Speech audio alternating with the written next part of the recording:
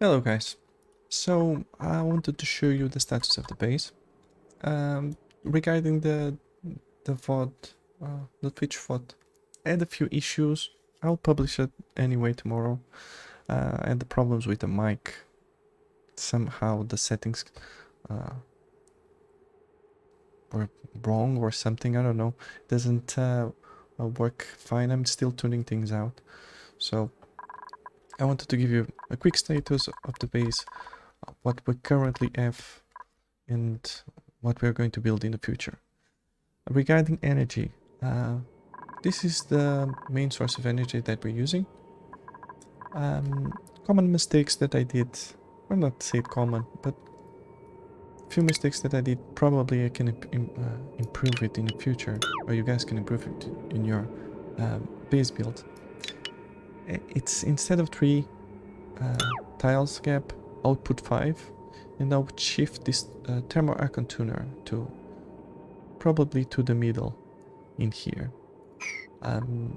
Something like this with these tiles, so it doesn't touch the metal tile, but at least something like this, and you can put the thermal icon tuner on top.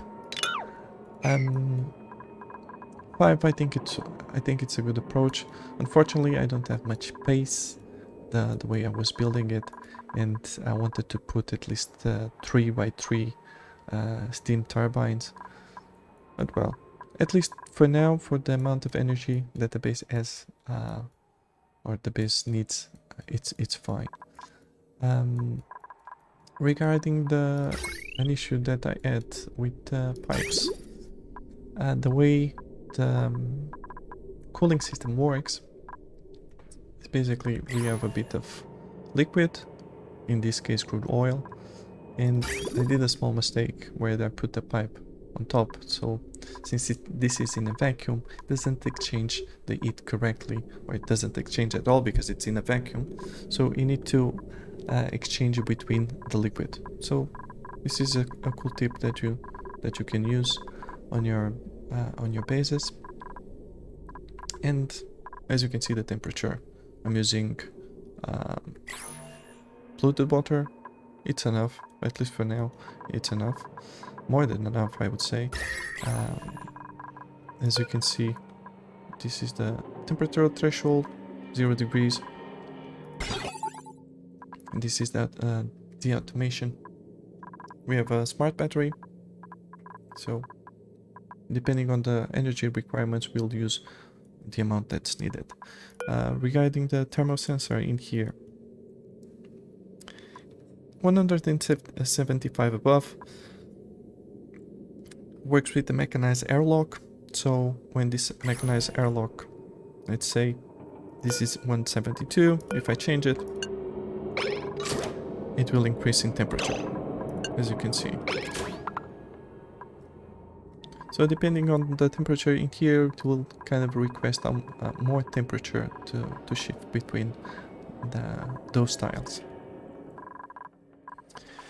As you can see, everything is in vacuum, so we don't have problems in case if the steam escapes, or in case the sometimes something breaks in here, we'll have some kind of backup system that we can address before it goes bonkers. For coal, well, the coal system, I'm using a simple one, at least for now. We have a conveyor loader in here. We are not using coal at the moment, but I was using before, and the same system with the automation system. It's the same with the smart battery and the hydrogen. It's the same, as you can see. The hydrogen, we have infinite storage in here. We currently have 300, almost 400 kilograms of hydrogen. Not sure if you guys know, but the way this works, as long as you put these vents in liquid, they will never overpressure.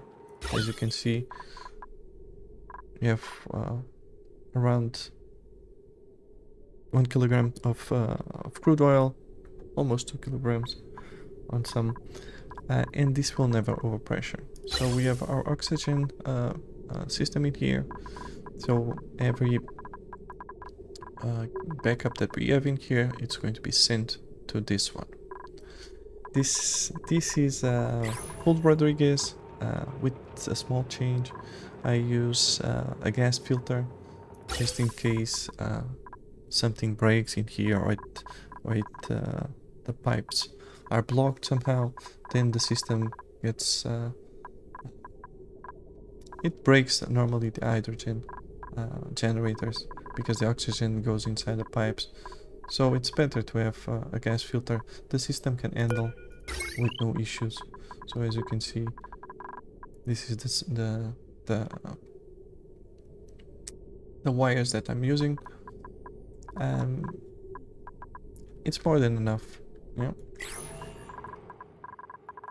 So another thing or another tip that you can use. We currently have a thermal regulator with no steam turbine. As you can see, we're doing the build on Rime, so there's no problem so far. We can use this. We are using hydrogen in here and chlorine in here to avoid any bacteria or food poisoning, I would say. And we have a deep freeze for every single type of food in here. As you can see, we have minus 21 degrees. The way the system works, we have two auto sweepers, electric grill, and oven goes range. Yes, that's the name. With the conveyor loader. So this one is responsible to pick up food from this one and ingredients to build food to these ones and put it on the refrigerator. This one, it's to pick up the food that falls on the floor and puts on the conveyor loader and sends it to here. So every food that's edible, I put normally just to 2 kilograms because it will waste food eventually. That's why we have the moment 500,000 calories. So the rocket. This is regarding the part from today that I did on Twitch. It's very complex so far. It's not yet complete, I would say, but this is the template for the rocket. I saw this template on some YouTube channel. I believe it was Nathan, and I'm using his template. There are different templates that you can use, but this one is very, very nice. So we have oxygen like a backup system. I love this. This is amazing, and it did the same with liquid. In our case, it's not yet done for the liquids because currently the oxygen is too. It's -4, so if I put the liquid, probably will break a pipe, and to fix it, it's going to be a problem. So I probably have to send some hot water to the rocket so it doesn't break any pipe. In terms of room overlay, we have a barracks in here and a mess hall, and the bathroom. It's missing the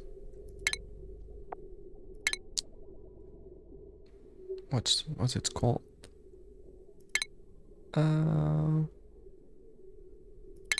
Let me see. Hand sanitizer. After the hand sanitizer, I believe the washroom. Yes, it's just 12 tiles. Yes, so it will be a washroom, and we'll create another room. In terms of how to remove the carbon dioxide, we have a gas elemented sensor and a mini gas pump. And you'll every time the dioxide carbon comes in here, the gas pump will activate and send it to space. Regarding the food that we're using at the moment, it's just excellent excellent fruit. Probably depending on this planet that I'll show you in a second, but depending on what we have, probably the best food for space, it's bristleberry, if I'm not mistaken. It's bristleberry. Yes. No, not bristleberry. Check. Berry sludge, because it never spoils. So, and it's my +3 in terms of quality, so it's not that bad. Yeah, in terms of decoration, we have, since the cactus, a jumping joya, it's we have -4 of oxygen. The jumping joya doesn't like it, but in terms of decor, it's quite okay. So it will improve the dupe in space. I never liked the new system, the rocket system. It's too much things that you have to do. There's no automation. Currently, we don't have much space on the rocket. I hope they improve this in the future. So far, this is the current systems that we have. For the less complex ones, I would say we have glass forge and rock crusher for to generate fossil lime. And for the kilns, we have the same system that we do for the plastic that I explained before. So in case this is full, it will stop working. The same goes for the metal refinery. In this case, the metal refinery, it's focused on steel, but since I have too much for the current needs, I'm not using. The system for the refinery, I'm using petroleum and a loop with the pipes and overheating a bit of water. For cooling, I'm using the thermal air tuner with polluted water, and this is the system that is that you see in the pipes. In terms of decor, I try to avoid this wire.